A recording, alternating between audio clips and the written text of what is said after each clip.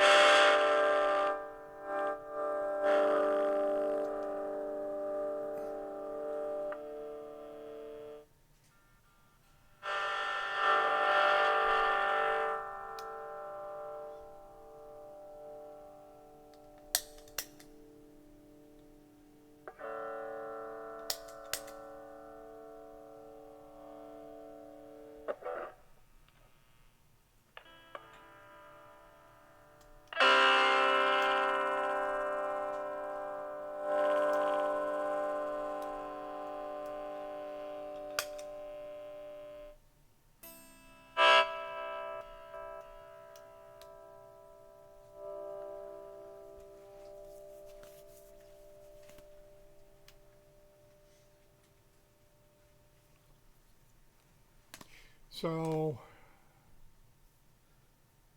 what I had done was kind of reckless.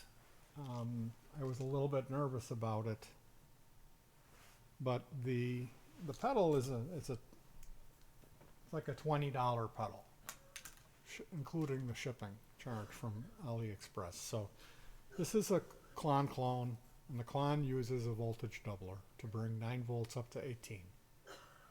And that's done in a chip. It's an IC chip called a voltage doubler.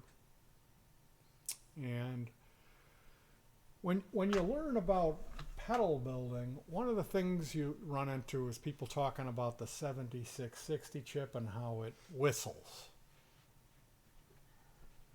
It's a voltage doubler chip that's affordable. It's a cheap one. There's another one that's called the Max 1044 that's like a lot more expensive. Meaning it's about $3 for this little chip. So the $3 chip, the frequency range of it is really high. So if it oscillates, if there's a conflict between the internal clock on this device and another device that's sharing the ground or sharing the power supply, it'll create an oscillation. And the Max 1044 chip, the oscillation is above the range of human hearing. The 7660 chip is not made for audio applications because it whistles in the range of human hearing, and that's what mosky, whoever made this Chinese klon clone, they use the cheap chip.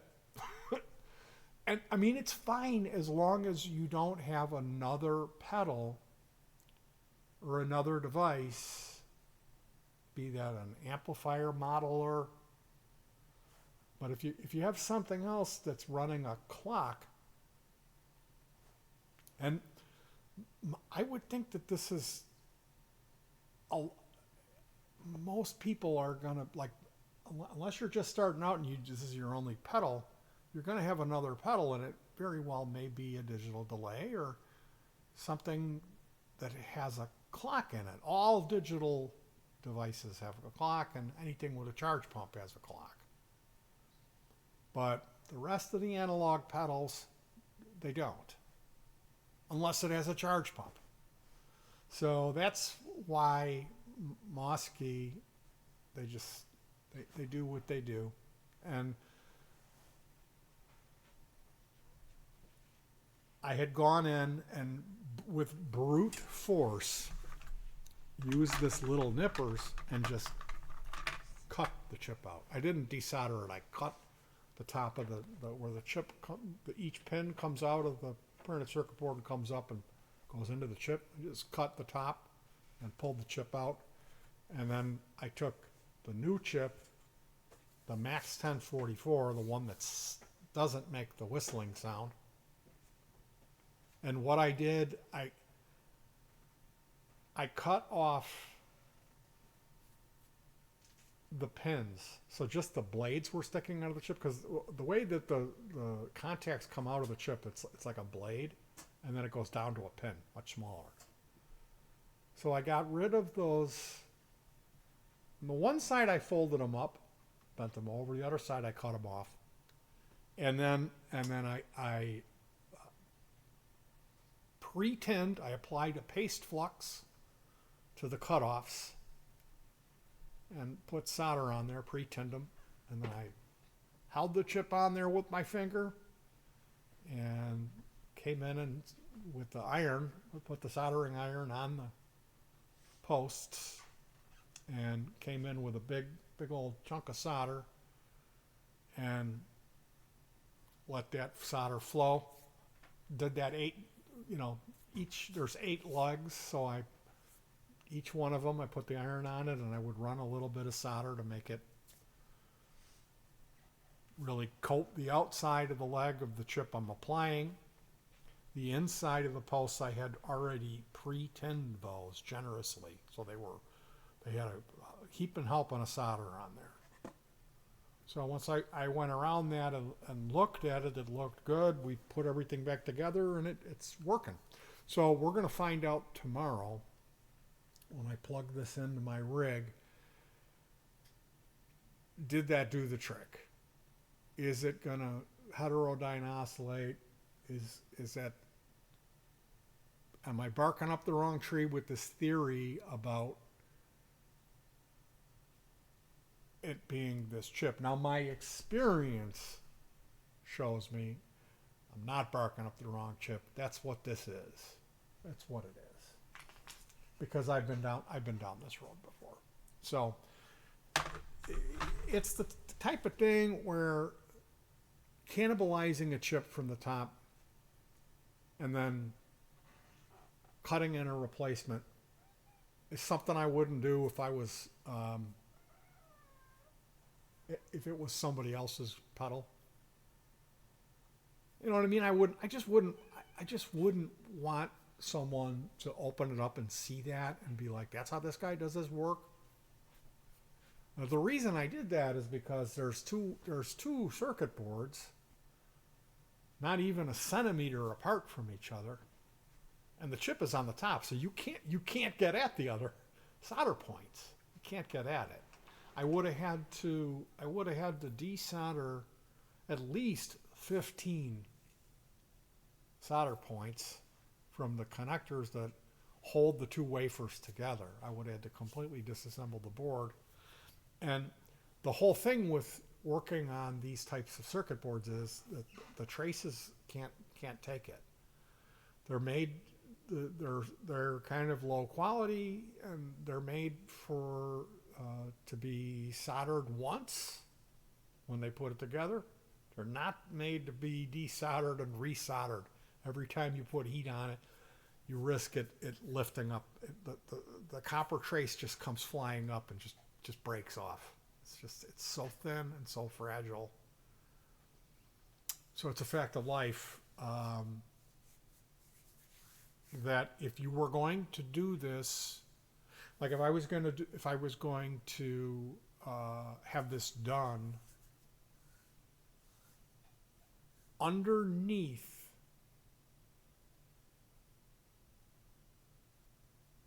the chip, there was pads for an SMT size chip. There's two sizes of components now. There's through hole and SMT. SMT means surface mount technology, and it's about a quarter of the size of the through hole components. And the through hole is what you work with when you're building pedals. You don't work with SMT. I mean, there's guys doing SMT now. I shouldn't say that. I don't work with SMT. It's an air-powered iron, and I just never learned how to do it. It's a skill I haven't learned, and I should, but I'm kind of retiring from this. So the point being this: if you've got one of these and you want to, you insist on having a 1590 size klon, and you get one of these, on a deal, well, you're going to have to replace that chip or it's going to whistle. And one of the ways you can do it is you can chop the pins on the top, pull the chip out of there, then heat up each one of those pins and remove them with the tweezers, and then use the SMT pads and solder in the small version of the chip. That's how I would have done this had I been like, oh, I don't want to use the old posts, stick the chip on top of it, and then solder on each eight legs because it looks sloppy. But I don't care about that. It doesn't change anything. It's actually more sturdy. So you want to see it? I took some pictures. You can take a look, and you can see my handiwork. So I'll just, I haven't looked at these, but as you can see, I don't know if you can see my mouse cursor here. Here's the second board, and here is the beginning. I would have had to unsolder all of these points on this line here, and then all of them on here. So it looks like it's only about maybe 15 or so, or is it 14 points I would have had to unsolder? And here is the new chip that I cut in. You can see it's a little bit crooked.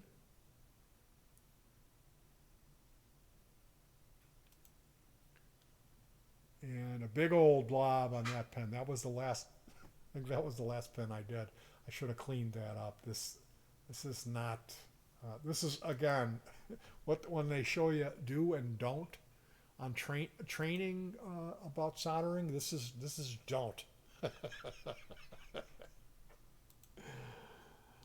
But, oh yeah, there's that little vise, isn't it? Yeah, there's the little vise that I was using to hold it.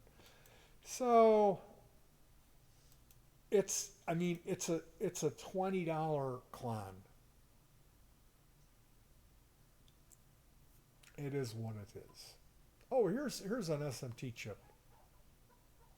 That's how small. So you see, I would be soldering. I would use a little bit finer gauge solder, like 0.5 millimeter gauge, which I have that here. I can do this. It's not that big of a deal. It really isn't. Especially if you go through and you put the paste flux on it first and you tin everything first, then you just put the part on there. You have your partner come in and put their finger on it, and you do one end over here, and then you move their finger the other way so they don't get burned. You do one end over here, and then it's down. And you could just go, that you don't have to have anybody holding it. And you go in and you put your soldering iron down on the thing where it goes, and then you run this 0.5 millimeter solder in on it. You know? I mean, the way that they're actually doing this is with an air unit. An air soldering unit. You can see half of the pads here.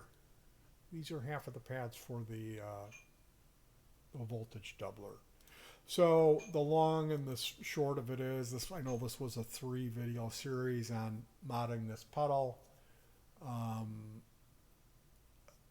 You know, do I have to keep constantly apologize for it being what it is? For it taking this long, you know. I think if you're not ready to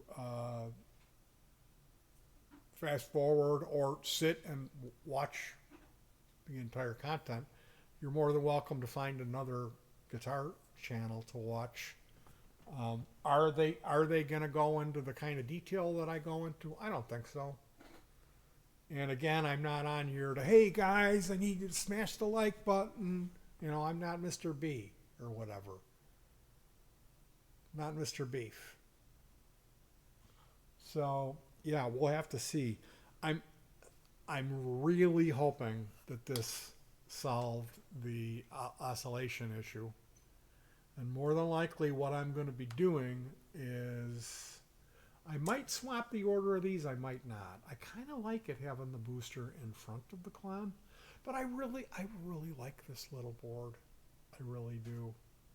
And I've got my work cut out for me because we've got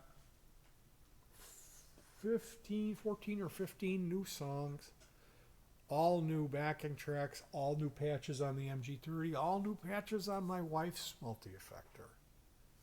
So that's all kind of spitballed. It's all kind of just thrown at the wall.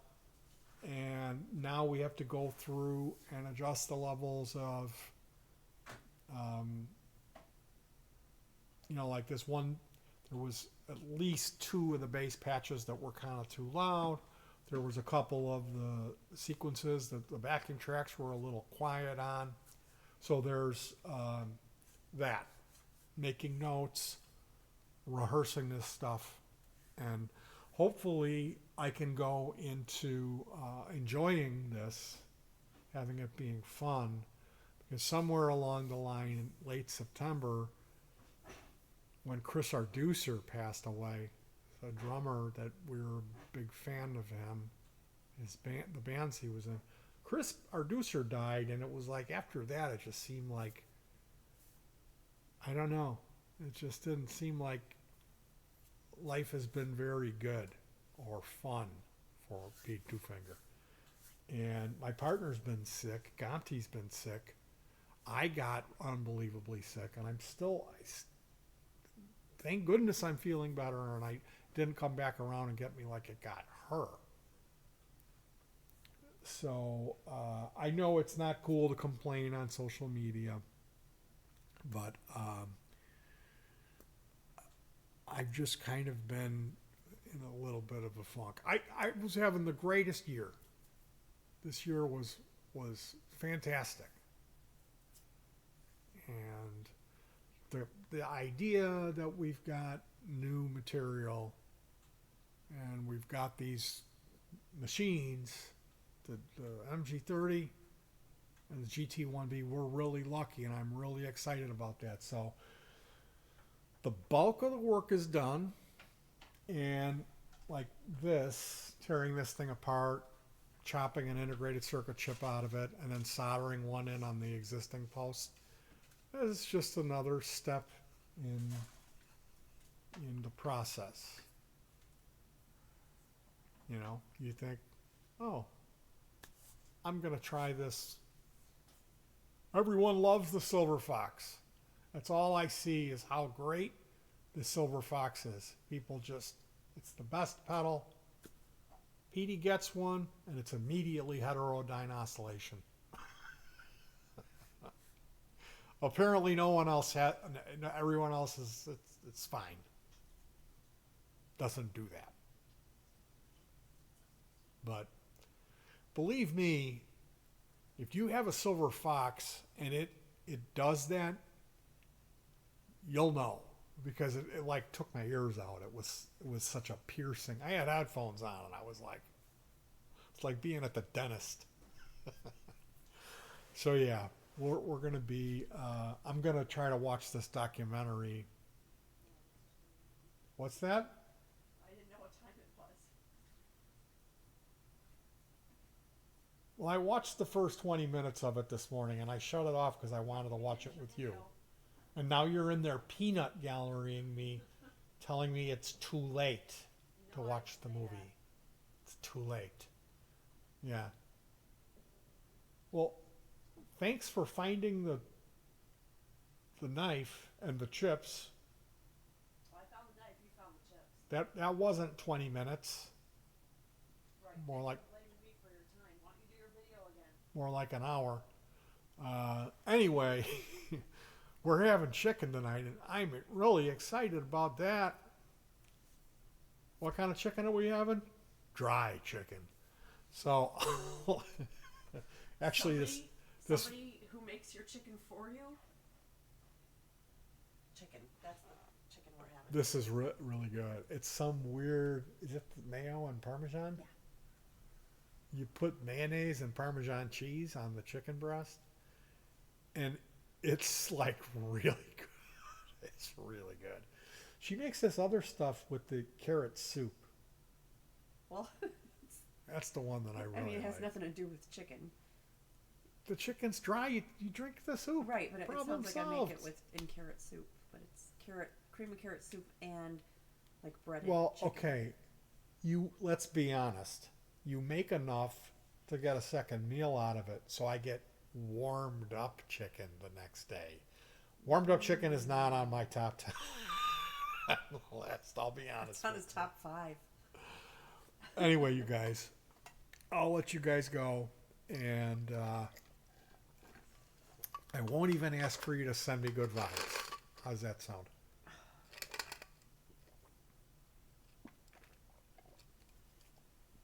When you think about what a rat bastard Petey Two Finger is. You guys, I'll talk to you soon. Peace.